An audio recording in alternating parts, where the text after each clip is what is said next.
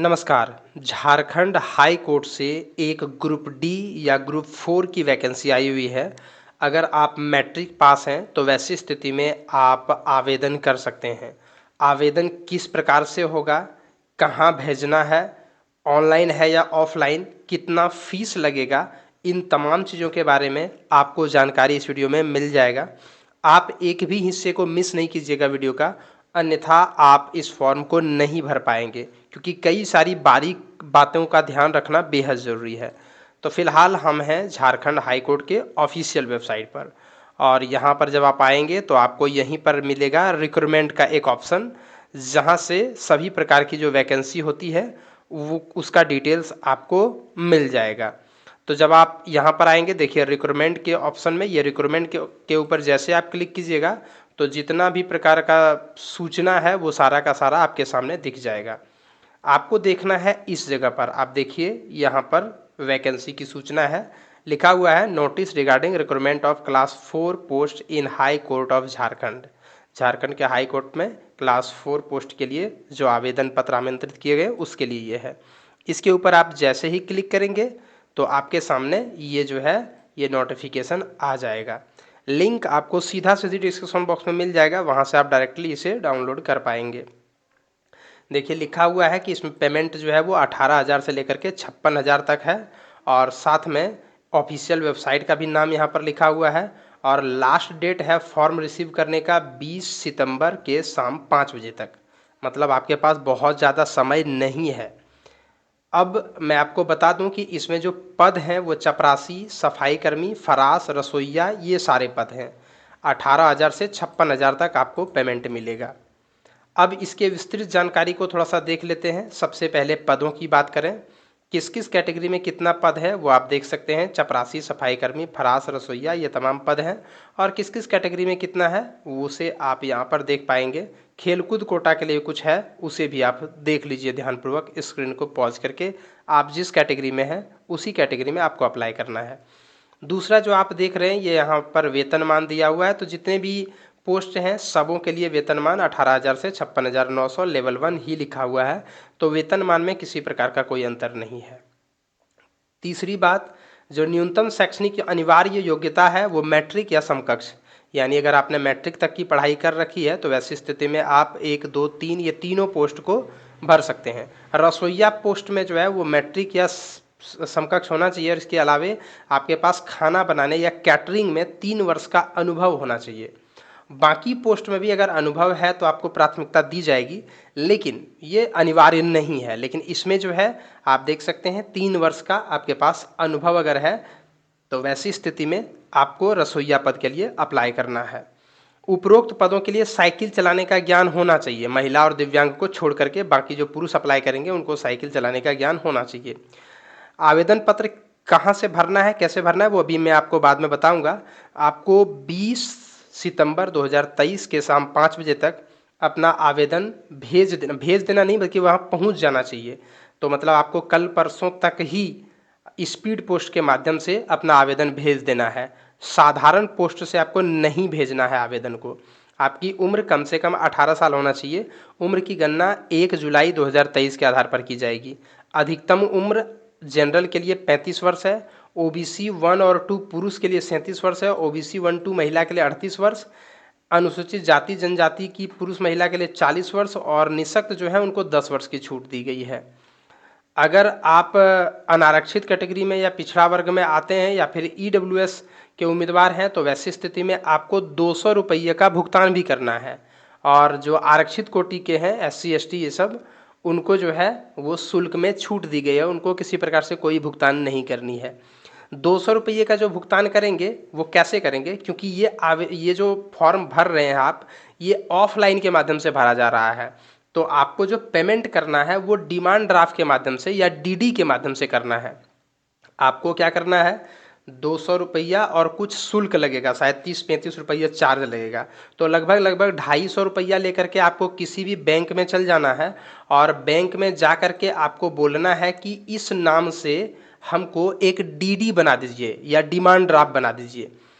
उसका जो नाम होगा वो होगा महानिबंधक झारखंड उच्च न्यायालय रांची।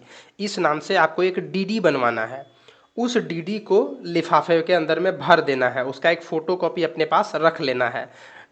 उस डीडी के पीछे में अपना नाम, एड्रेस वगैरह जो है वो लिख देना है, अपना डिटेल वगैरह लिख देना है। और जो SC ST और PWD कैंडिडेट है उनको किसी प्रकार से कोई पेमेंट तो करना है नहीं, तो उनको डीडी बनवाना नहीं है। अगर आप आरक्षित कैटेगरी में है, मतलब OBC, EWS या SC ST में है, तो आपको जाति प्रमाण पत्र, आवासीय प्रमाण पत्र आपको देना होगा। मैट्रिक का तो खैर मार्कशीट जो देना अनिवार्य ही है। अगर उसमें जन्मतिथि नहीं है तो आपको कोई अन्य प्रमाण पत्र जिसमें जन्मतिथि हो वो देना होगा। अगर आप PWD कैंडिडेट हैं तो उसका प्रमाण पत्र आपको देना होगा। EWS कैंडिडेट हैं तो उसका आपको प्रमाण पत्र देना होगा। खेलकूद कोटा से हैं तो आपको उसका प्रमाण पत्र देना होगा। आवेदक आवेदन पत्र के साथ 3 पासपोर्ट साइज फोटो भी भेजना है। 3 पासपोर्ट साइज का स्व अभिप्रमाणित रंगीन फोटोग्राफ संलग्न करना है। 3 अन्य पासपोर्ट साइज फोटोग्राफ आपको भेजना है जो कलर हो। एक आवेदन पत्र पर, दूसरा प्रवेश पत्र पर चिपका होना चाहिए और तीसरा जो है वो एक्स्ट्रा आपको भेजना है। और एक एक्स्ट्रा लिफाफा भी आपको भेजना है। एक लिफाफा जिसमें आप सारे डॉक्यूमेंट्स को भर करके और भेजेंगे वो, और एक एक्स्ट्रा लिफाफा 10 इंच गुना 4 इंच का होना चाहिए। उसको एक एक्स्ट्रा लिफाफा भेजना होगा जिसमें दाहिने साइड, जब आप लिफाफे को रखते हैं तो आपका दायां हाथ जिस तरफ जा रहा है उस तरफ आपको अपना पता लिख करके भेजना है, क्योंकि उसी लिफाफे में आपको एडमिट कार्ड भेजा जाएगा रिटर्न। तो आपको आप चाहें तो एक से अधिक आवेदन नहीं कर सकते हैं, मतलब आपको एक ही पद के लिए आवेदन करने की इसमें छूट है। आप एक से अधिक आप पोस्ट के लिए आवेदन नहीं कर सकते हैं।